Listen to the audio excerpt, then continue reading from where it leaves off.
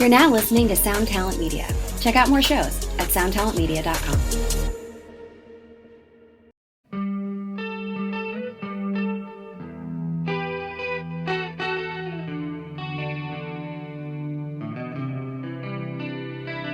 Now maybe did I mean to treat you bad, but I did it anyway. Well, maybe you thought this band was someone else. And maybe you're thinking, didn't they have a few other hits? The reality is that while Candlebox did well enough on alternative radio to get a main stage slot at Woodstock 94, they only had one song that charted on the Billboard Hot 100. The powerful demo, yes, demo, Far Behind became their signature song, launching their debut album to quadruple platinum status. But did we treat Candlebox bad? Join us and special guest Mike Soboslai to find out. People look at you, they're what they call their own, they watch you suffer. Yeah, here you're coming home, and then someday we can take our time to brush the leaves aside so you can reach us. Hey, but you left me far behind. Now, did I mean to treat you so bad? One hit is all you need to make the money guaranteed, and you can live off royalties forever. And it makes me wonder, is it just a wonder, or is it one hit thunder? So, Mike, interesting fact. This is your first time back on One Hit Thunder since you were on our very first episode. So welcome back. Thank you. What episode is this? Like this is, well, we have no clue what the order is going to be, but this is almost episode 200. Okay. I wanted to make sure it was going we'll good. say hypothetically 199 episodes have passed since you were last on the show. It's not because we didn't ask you. You just probably couldn't do it. I've been busy. Oh, okay. You used to like the podcast. How many one-hit wonders are there? Because if you're already, I feel like you might have 5 shows left if you already did 200. So I said this recently, that there have been, VH1 has done multiple top 100 one-hit wonders of every decade. So theoretically, there's like 700. We also bend our rules and do bullshit like Rick Springfield. So like, Yeah. who knows? They'll never not be options. And speaking of that, today we're talking about Candlebox, Far Behind. This was your choice. But is Candlebox a one-hit wonder? Because they had another single that did pretty well, right? So yes and no. So the thing is, this is going to be one of those classic, if you listened to alternative rock radio in the 90s, Candlebox is a 2, maybe even a 3-hit wonder to you. But if you were listening to top 40, it's Far Behind or nothing. Did Far Behind break the top 40? Far Behind got to 18 on the top Okay. 40. So All right. so it's a top 20 mainstream hit. The rest, I mean, for me, I knew the song You before I knew Far Behind. Wow. Which it was the single released before this song. I was listening to radio enough to know that song first. Then you was on 120 Minutes a lot. That was my introduction to Candlebox. Yeah, I was going to say, you seem like a guy who'd be real into Candlebox. Were you? That's not a compliment. I had the album. They didn't have like that cool factor, you know? Oh. Well, the other why? grunge bands hated them. What about them made you feel like they didn't have the cool factor? What okay, are we talking about like grunge bands that had the cool factor? They just didn't have, like, the lead singer looked like a kid that would be in class with me. And he he looked like one of the real smart kids that like hung out with the bad kids. You thought that Kevin from Candlebox looked like the real smart kid. Interesting. He was he would be like in advanced chemistry, but he would hang out with like Lou and Weebles on the weekend. Lou and Weebles. And then just talk about like how cool Lou and Weebles were and brag about not studying for the test. And then he would get them all right. What an interesting take. Yeah, it's a wild take. I didn't think that we were going to go there. What bands do you think did have the cool factor at this time? It's 1993. 93. So like Pavement. Oh, Pavement had the cool factor? I thought they had the opposite of cool factor, but Actually, I guess it's 94. The album came out in 93, but these singles, they're becoming popular early 94 at this point. Okay. I mean, cool because they were weird. You mean? Cool in a weird sense, yeah. But also, like, I would compare Candlebox to, like, Collective Soul. Exactly who I was thinking of, right. Who was the only other rock band on the top 20 at the time that this song peaked. They Shine by Collective Soul was at 15. So you put Candlebox more in the lane with Collective Soul than you would like Stone Temple Pilots or Pearl Alice in Jam. Chains, Soundgarden. Yeah. Yeah. But Yeah. I mean, they remind me of like Skid Row or Alice in Chains, I think is Okay. in their wheelhouse. Wow. Okay. Or So Ugly Kid Joe, too. Wow. I said that last night. When their drummer quit, he was replaced with the drummer from Ugly Kid Joe, and I said, that makes sense.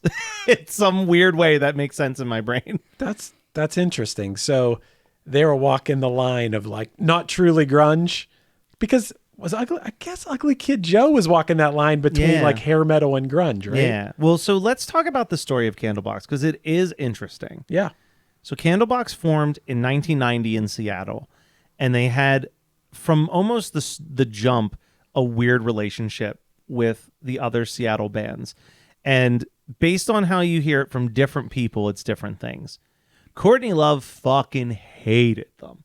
She thought that they were posers. She would accuse them of flying in from LA to form a band to ride the coattails of the Seattle sound. This was in the same interview where she said that she hated Alanis Morissette because Alanis Morissette got signed to be the safe version of Hole, which is a very dramatic misreading of Alanis Morissette's place in music. Yeah. But according to the lead vocalist, Kevin, he was like, I worked at a shoe store when I was a teenager, and that shoe store happened to be attached to a recording studio where Chris Cornell's girlfriend at the time was recording all these cool bands, and I became really good friends with Chris Cornell and Lane Staley and Andrew Wood, who would come into the store all the time and hang out and talk because they knew I liked that type of music. And he's like, and I felt like the cool kid at the table because these older guys who I looked up to were encouraging me to make music. So I formed this band with my friends. And then he's like, all those dudes who encouraged me were not there to defend me when 1994 came around and all the other Seattle bands were like, fuck these posers. And he like had kind of a contentious relationship with that. He never said that he disliked any of those dudes, but he said it felt like they were off doing their own thing because they had all blown up. But then like the new bands that were coming out of Seattle felt like Candlebox didn't deserve to blow up the way that their band deserved to blow up from Seattle. And a big part of it was that, you know, Nirvana, a lot of those bands were signed to like these kind of cool indie labels. They were on Sub Pop first, and they were on like DCG first. Their first label offer was from Madonna's Maverick Records, and at a time where Madonna wasn't signing rock bands. Mm-hmm. Since then, I put down a list of all the rock bands that were on Maverick before it collapsed. You got Alanis Morissette, Bad Brains, Deftones, Family Force 5, Goldfinger, Jack's Mannequin, Mest, The Muse, Story of the Year, Tantric, and The Prodigy at some point were on Maverick Records. Yeah, I don't think there's any real shame in Maverick Records or anything. No, but I think that at the time it was Madonna and Madonna-like artists and Candlebox. Mm-hmm. And it was like, what's this bullshit? Gotcha. Okay, so people in Seattle felt like they didn't have cred. Yeah. Well, what the hell do they care? Yeah. They got a huge song. Yeah, I mean, the quote from, I told you this quote earlier, but the lead singer of the Flaming Lips said, Candlebox is sometimes referred to as the nail in the box for grunge, but if you ask me, they were the entire coffin. Wow. Part of that was that they formed in 1990, started playing live in like 1991, got a record contract in 1992, 1993 they're headlining arena shows. Wow. And the guy from the Flaming Lips was like, it was just too quick. They weren't ready to be the headliner, but a lot of that was because the bigger bands were falling apart. And a huge element of that was that Alice in Chains was supposed to be the opening band for Metallica and supposed to play at Woodstock when Metallica went to Woodstock. And then Lane Staley checked into rehab and Alice in Chains broke up and they needed a quick replacement. and Maverick pushed for Candlebox to be that replacement, and it opened up a ton of opportunities for them to play for a huge crowd. And then from that came them being able to do their own tours. Yeah. Can you blame them? Yeah, why not take the opportunity? Who in that opportunity would be like, oh, no, I don't think we're new enough yet? Mike apparently bought their CD. I feel like that was one that everybody had. Yeah. Oh, is that right? I think it came with the Collective Soul CD. I was going to say that was one that everybody had, and then every used CD store had a few years later. I thought Mike was going to come in here guns blazing defending Candlebox. No, so I picked that song. Like Matt sent me a list of a bunch of one-hit wonders, and I made the mistake last time I picked Tom Cochrane. And then you guys told me, like, okay, now you have to listen to all his other songs too. And that was like a punishment. Okay. And I hated that. So this time I listened to a ton. You found a song that moved you. I found one. I still do like that song. But so I listened to all those one-hits wonders, and I was like, whose catalog do I want to hear more of? And Candlebox, that song was the one that I kept listening to it because I wanted to. Okay. It holds up. Well, interesting for anyone who hasn't heard it. I don't think Mike wanted to hear it before this episode. But if you go back, Kevin Martin was on Krista Makes a Podcast talking about this song, and I never really thought much of this song. I don't think I despised it, but I don't think I especially liked it either. But by the end of that episode, I'm like, damn, I like that song now because it's so interesting. First of all, that song was intended to just be a demo. It was a demo that went on to sell. They went on to sell 4 million albums or something off of the back of a demo recording. Yeah. Where he just went into the booth without any real idea of what, maybe he had a few ideas, melody ideas or whatever, and just sang. And that's what came out of him. And it was in response to Andrew Wood. Is that the guy's name? Yeah, from Mother Love Bone. Mother Love Bone dying. And that was like an influence of his. And he just spilled his guts into the mic. And that take is what became the song that we all know. It wasn't overthought. It was just stream of consciousness off the cuff. So another cool thing about that same story is reportedly when he was recording that demo, one of the head A&R guys from Maverick was in the studio at the time and reportedly looked at another person from Maverick and just said, as he was recording that demo, said, this guy's going to make us millionaires. Wow. Apparently that one recording was such a powerful thing to witness that they were just like dollar signs appeared in their eyeballs at the recording of this song. Wow. So was this one of the first songs he'd ever written? This is their debut album, right? Yeah. And it's taken from a demo, which would have even been It is the demo. Yeah, it is the demo. They never re-recorded it No. for a studio thing. Right. It was a situation where it was like, well, you're not going to top that. Don't go try to emulate that. The real emotion is in there. And I mean, I think the thing for me personally is just kind of like his vocal tone is very much that it's not the yeah, he doesn't have that thing that a lot of the thing. He doesn't really have that, but he still has this quality to his voice that reminds me of that era. A lot of what I didn't like about it, but it doesn't mean he's a bad singer. It's just that I have specific tastes, and what he does wasn't really my thing. But I think that's really cool to just go in there and basically freestyle sing and have that song become a hit. Yeah, he's got some Lane Staley to him, but it's like if Lane Staley had a normal younger brother with not a cool name like Lane. Yeah. Like Joe Staley. Joe Staley. Isn't that a football coach? I think it's offensive lineman. Okay, maybe. Joe Staley, yeah. I think that I definitely like Candlebox. Here we go, hot take. I definitely like Candlebox more than Alice in Chains, who I famously do not like. You do famously dislike Alice in Chains. I would say I think that this song is better than any Alice in Chains song, but I think the overall Alice in Chains catalog is stronger than the Mike Candlebox loves catalog. Alice in Chains. Well, me and Chris were at a campfire not too long ago, and a bunch of people sitting around it. No one could agree on anything.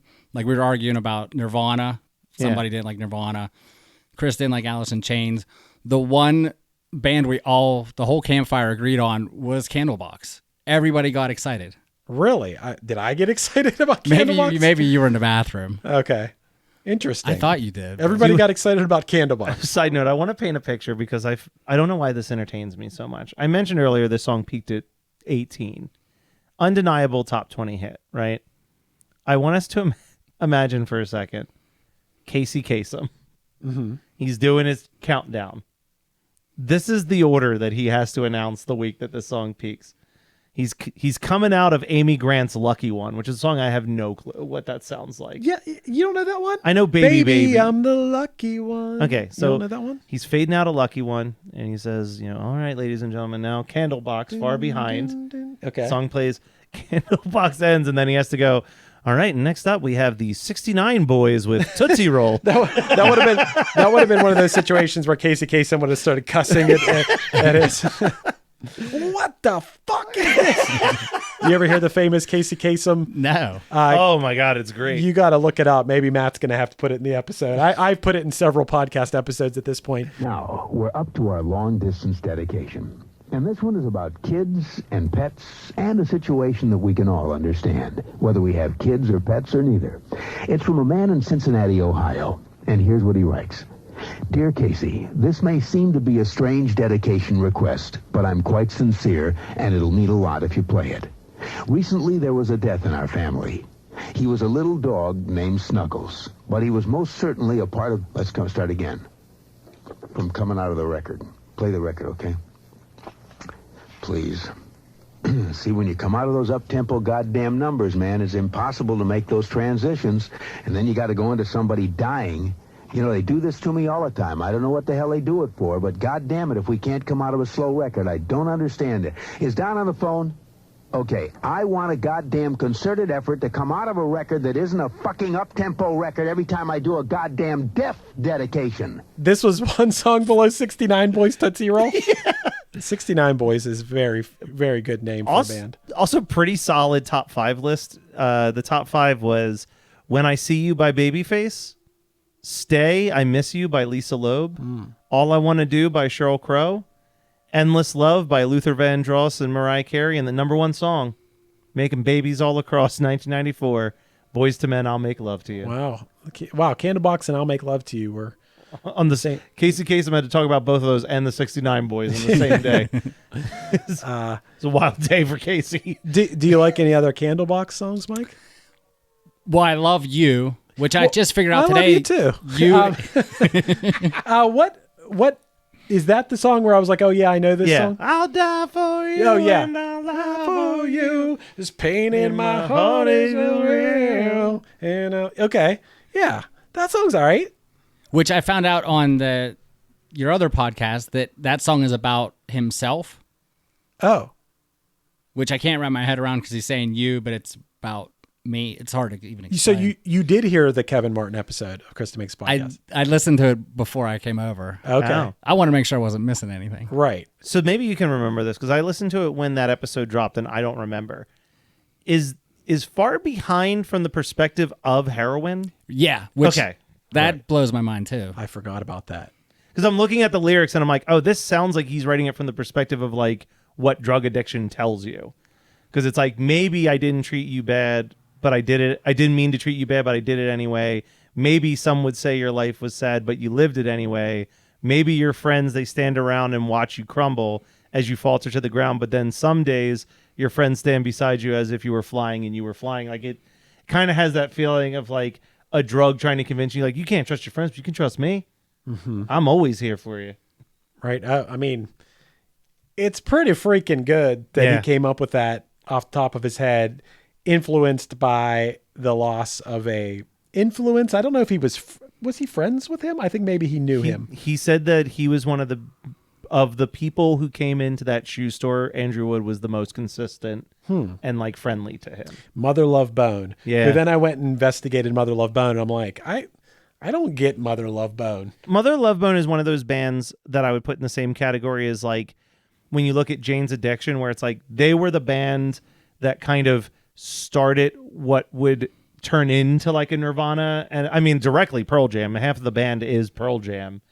But like, I think it's more just that they were doing something cool that no one else was doing. And then that slowly turned into like what became the Seattle music scene that blew up in the 90s.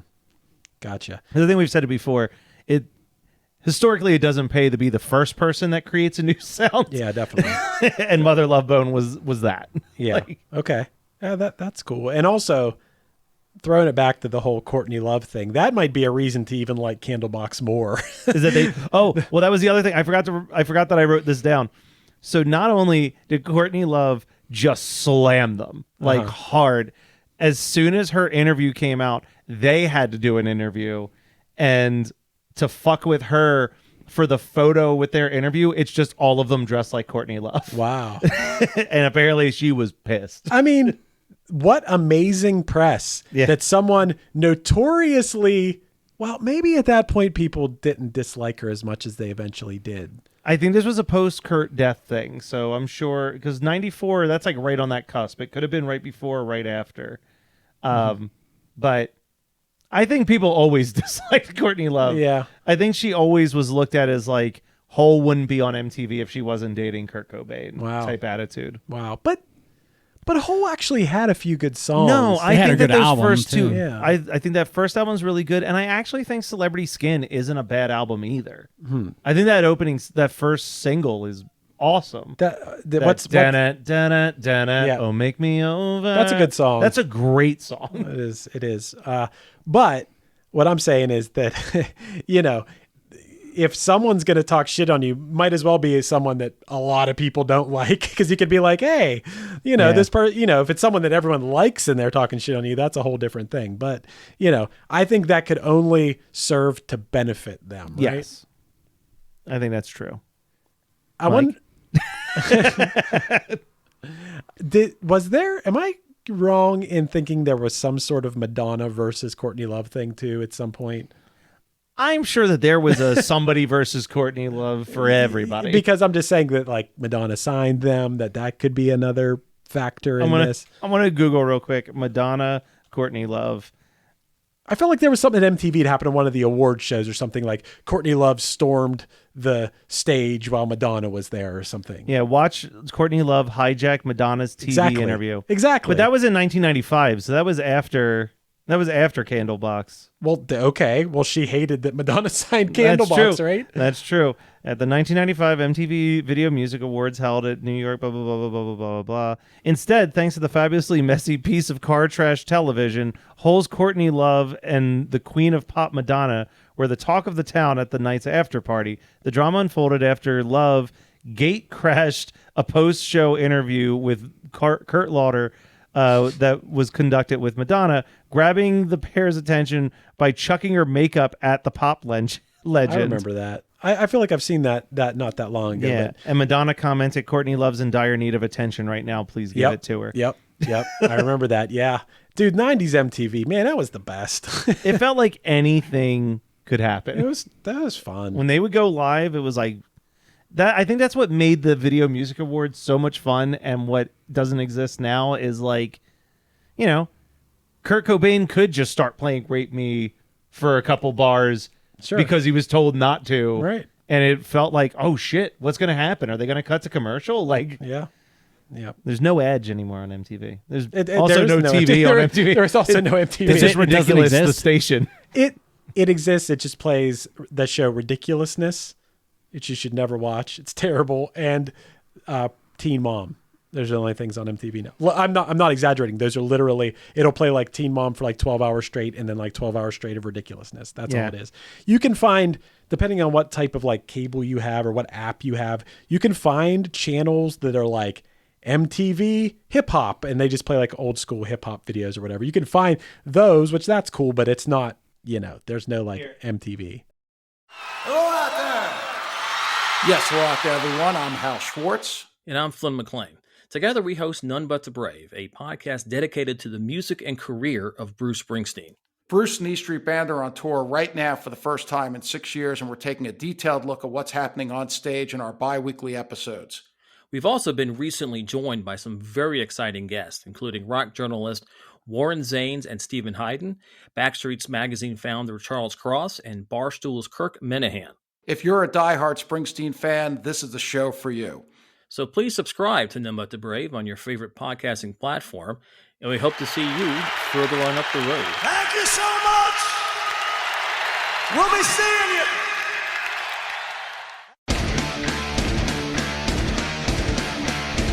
Hey there, I am Johnny Christ from Avenged Sevenfold, and I've got a podcast called Drinks with Johnny you're going to want to check out.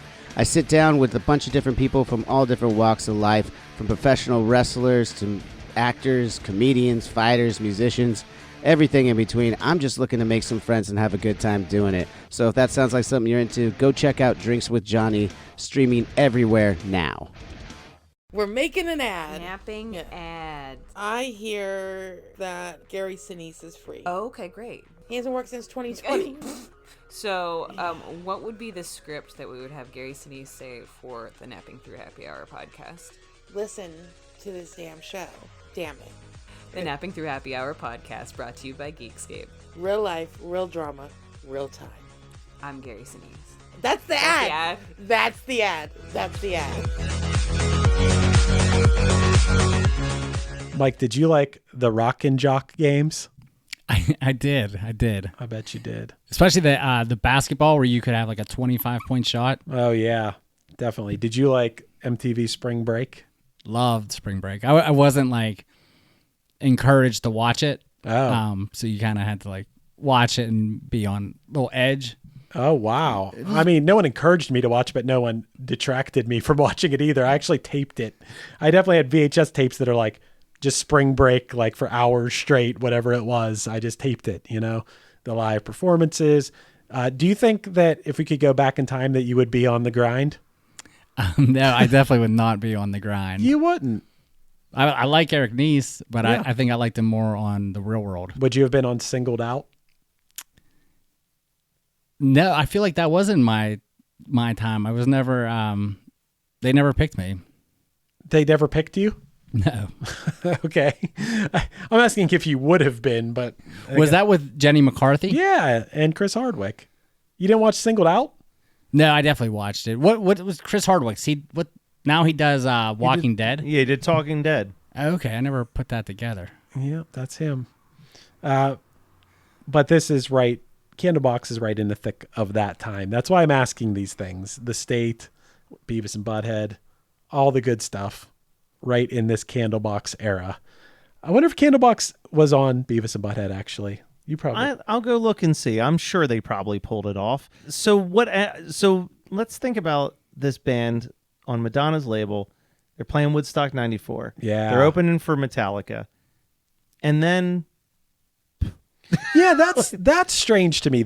Woodstock 94 was a big... Did you watch Woodstock 94 or Yeah. at least have the triple CD? Yes. Yep. Did you watch the Candlebox performance at it? I don't. I can't remember watching the Candlebox Woodstock. I can't remember a Candlebox video. I can just remember liking the song, but they don't have any like lasting images. And even the lead singer is kind of morphed into Ugly Kid Joe's lead singer in my head. Like they just didn't have I guess they didn't have the look. Candlebox was on Beavis and Butthead twice. Wow. I'm surprised playing Woodstock 94, touring with Metallica. These are like as big as you can get type things. Plus the song was huge. I'm pretty sure they sold 4 million copies of that album. I'm pretty sure that's right. I think that's correct. And they had, 3 really good songs on that, with Cover Me being the third one. I don't think I know that one, but okay. Well, it was covered on Beavis and Butthead. Okay. Gotcha. I can categorically tell you that much. And yeah, it was 4 times platinum at the time of its release. 4 million. And then the next album, look, nothing wrong with going gold, but the next album was gold after a 4 times platinum they sold release. 1/8 as many. So, man, it's hard. That has to be hard to chase that dragon. When you sold 4 million copies, how do you top that? You can only hope to even come in the ballpark of that, because that is outlandish amount of albums to sell. And that album that they put out, Lucy, it's a real interesting one, because I know some people who would swear by that album. Wait, is that the next album? Yeah, the second album's called Lucy, and people would swear by that album of like they finally really like found their footing. But then there's other people like critically that are just like, this is the worst shit that has ever been released in the history of Wow. the radio. Like, I think Entertainment Weekly wrote something along the lines of like, just when you thought God wouldn't punish us more. Wow. like it was like critics were fucking mean about Candlebox. That had that Simple Lesson song that we checked out the other night. It was fine, but even the lead singer Kevin said we rushed way too quickly into that album. I could see like that.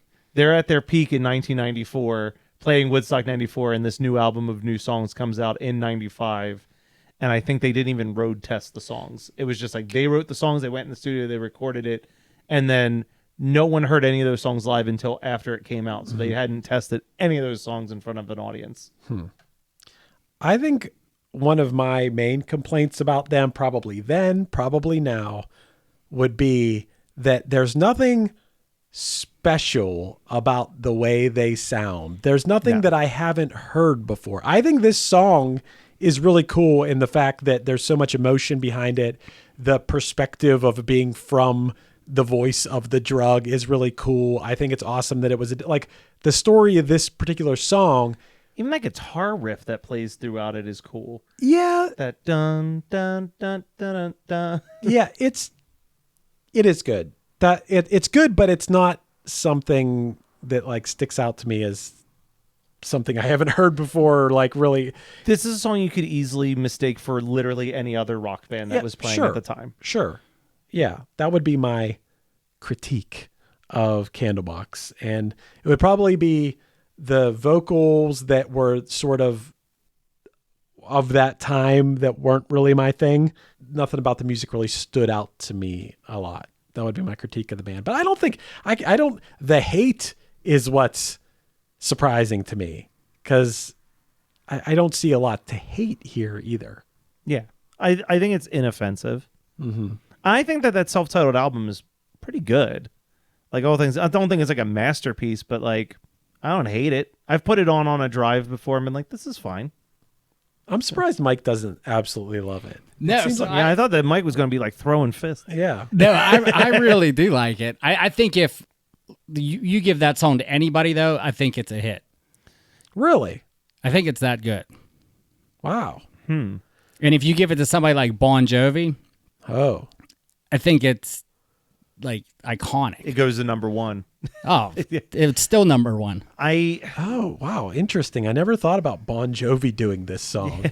Now pick up that guitar and play it. Like we had Paul pick up. Can you pick up the guitar and play it in the style of Bon Jovi for us, Mike? So something that I thought was interesting was that after their third album, it didn't sell well also, and the band broke up shortly after that. But Kevin has said that they didn't really break up at that time. They thought that they were pulling a move, which was that they wanted to be released from Maverick Records before they had to do their fourth album. And he's like, we like conceived this plan where like we'll break up and that will end our contract, and then we can reunite in like a year and put out the music we want to put out without Maverick getting in the way. But what they ultimately ended up finding out was like, oh no, those contracts are written in a way that's like Candlebox might be gone, but now Kevin's on the hook to have to write another album. And they basically he wrote it out until about 2 or 3 years had passed. And then Maverick just put out the best of Candlebox. And that like fulfilled the contract. And then they reunite it pretty much right after that. Okay. But at this point in time, at the time this episode comes out, they have just released their final album. They're in the middle of their final tour. And it's pretty much just Kevin and a bunch of hired guns at this point.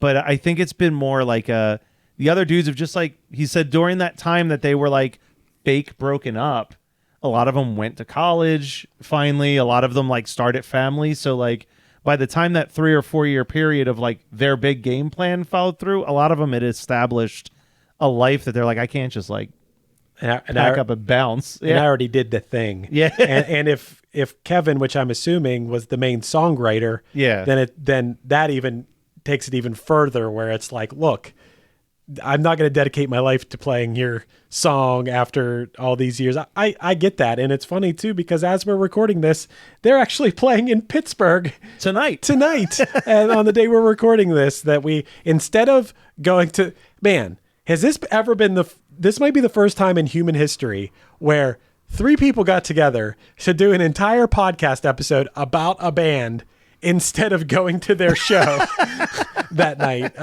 It might be the first time it's ever happened. I think that's very possible. Yeah. I mentioned to Chris that I thought about getting all 3 of us tickets to go to it, and he gave me this look like, don't do that. I mean, look, don't get me wrong. I like some Candlebox, but you know what I like more? Sitting on a couch and going to bed at a reasonable hour. We might have had fun. Yeah. I don't know. How much fun would we have had? What do you think the crowd would have been like? Well, I think the crowd would have been our age or older. Definitely older. Dudes. A lot of dudes. I don't think that there's a huge female fan base for Candlebox. I mean, there might have been some old rocker ladies. But I'd say 75-25 guys. Okay, I'd agree with that. I would think that a lot of long hair, maybe some bandanas. Bunch of old vintage concert shirts in the crowd. Yeah. Bunch of dudes wearing shirts of like, I was there when type stuff without having to say it. Mm-hmm. I bet you, yeah, it would. And also I could see it being a lot of like pretty normal guys who like work in an office, you know, like not people that look like they're in a band themselves, just like normal dudes who had the CD when they were 14 and what do you think? Okay, so let's say, what do you think the percentage is of people going because they absolutely are diehard Candlebox fans versus the percentage of people going because the tickets aren't crazy expensive and they vaguely remember liking the songs You and Far Behind from when they were younger? I think it could be a smooth even 50-50. I just think that they didn't release enough music to have those really diehard. They sold a lot of what they did release. You're saying even if the next album was gold, they sold probably like 5 million albums. That's a lot. But you're talking probably at max 30 some songs, and you know that some of those are just going to be album tracks that are not that memorable, right? I want to check something real quick. I'm going to pull up Setlist FM. One of the things that I love about Setlist FM, and I don't know if Candlebox is of the level that they'll do this, but you can get a breakdown of what percentage of songs that year came from what albums. Like it'll be like, of all the set lists this year, 90% of their set list is the self-titled. Wow. Like, okay. I'm not finding that, but what I am finding is what their most played songs are, and boy, are none of these surprises. Yeah. Well, what do you? It's Far Behind, played 559 times.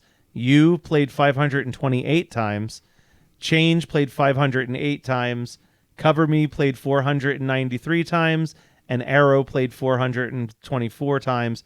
All 5 of those off the self-titled. Arrow being the one that might seem like an outlier, but it's actually the song that is on the Woodstock 94 live double album for Candlebox.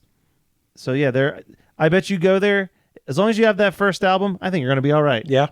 I think you're going to be doing just fine. Do you think they close with Far Behind? Oh, they have to, right? I mean, unless they open with it. Let's see.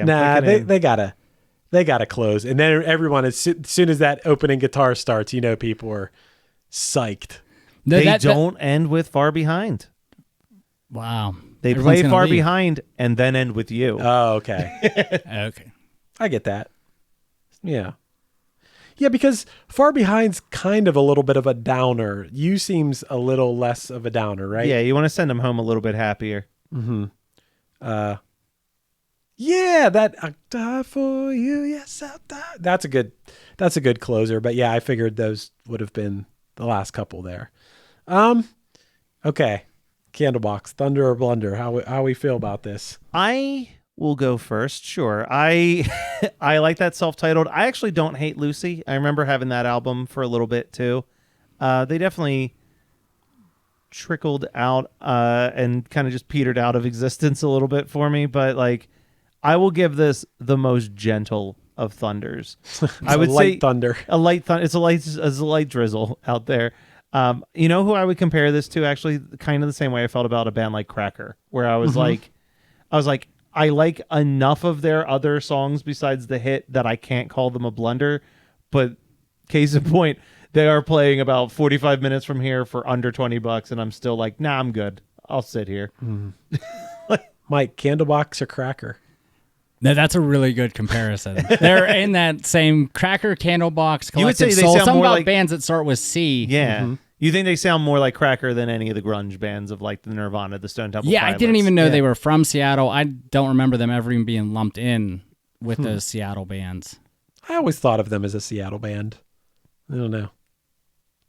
Yeah, it's weird, but I don't know. How you feeling? You feel that they're worthy of thunder, or do you think they're a little bit of a blunder that they were such a huge band for a minute? No, I mean, I think it's total thunder. I'm shocked that Matt only gave him light thunder. While he also says he likes the Lucy CD. Yeah.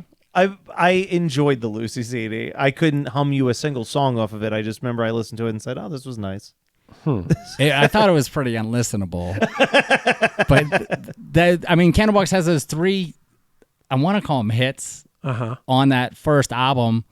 It's kind of surprising to me that They were modern rock hits. They did just well on modern rock. disappeared after that. Like, how do you write 3 good songs like that and then never be able to duplicate it? Well, what I've heard a lot is what you make on your first album. Now, I don't know if that's the case with Candlebox, considering he kind of wrote this song on the spot, but that you have your whole life to write your first album.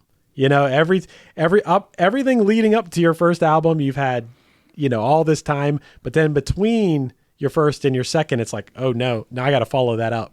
Yeah. And it sounds to me like Kevin said that they rushed that second album because they were probably, they're touring with Metallica. They're playing Woodstock 94. They have a song that's crossed over onto the mainstream, not just rock radio. It's mainstream big. They're on Madonna's label.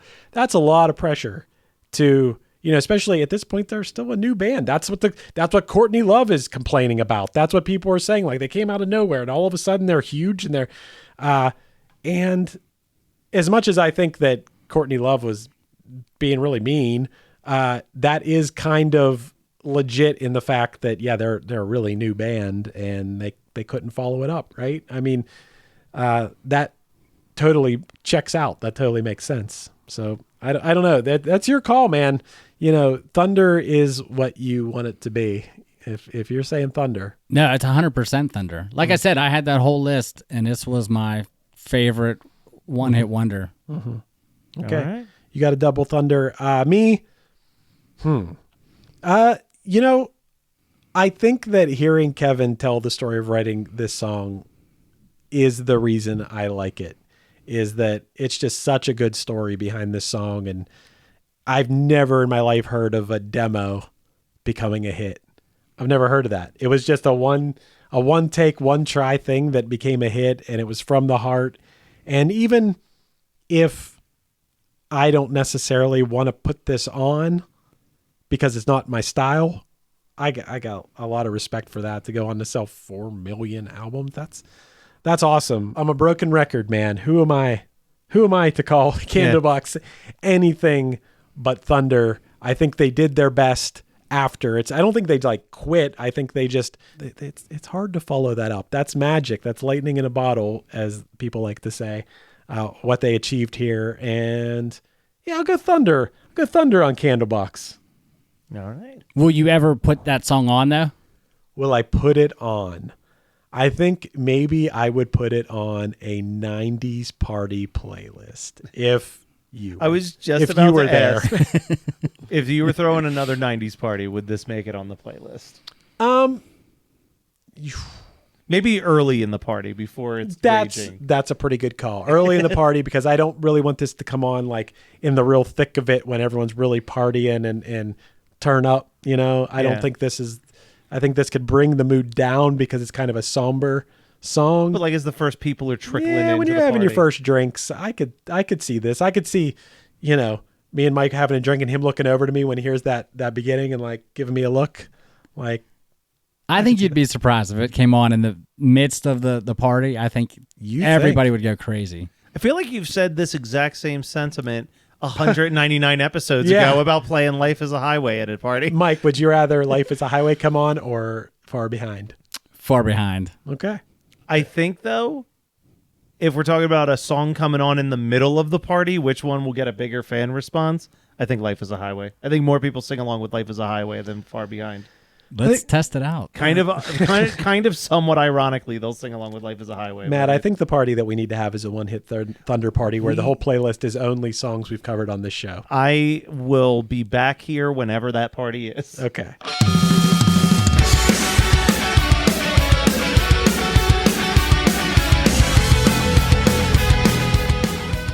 This has been One Hit Thunder. One Hit Thunder is hosted by Chris Fafalios of the bands Punchline Pack and Another Cheetah and produced by Matt Kelly of Geekscape.net. Underneath me, you're hearing Sensory Overload from the album Lion.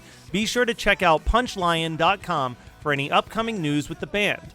Our podcast is on Patreon now. Find us at patreon.com/OHT podcast for early access to episodes, bonus episodes, and a chance to vote on future songs for us to cover.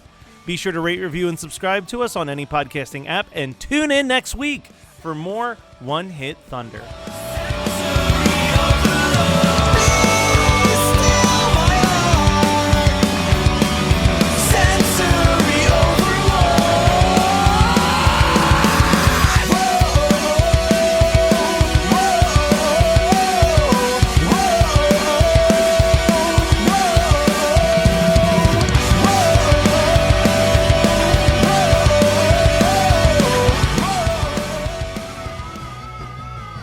You're listening to the Geekscape Network.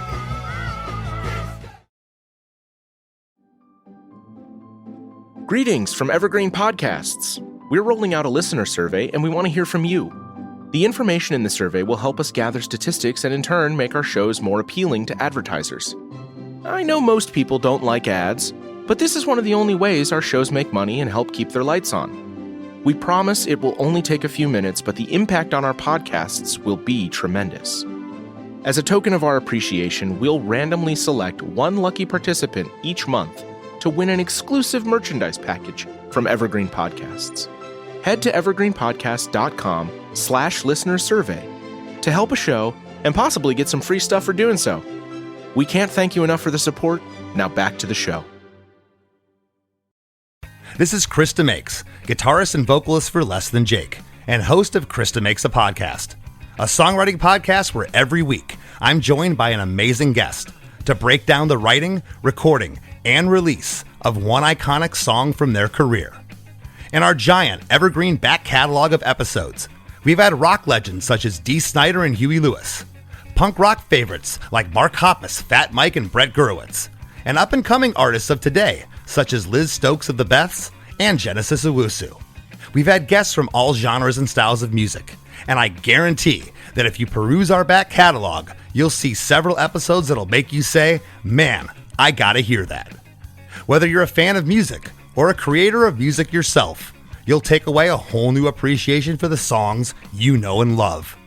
Krista Makes a Podcast is available for free on all the places you could possibly listen to podcasts, and new episodes come out every Monday.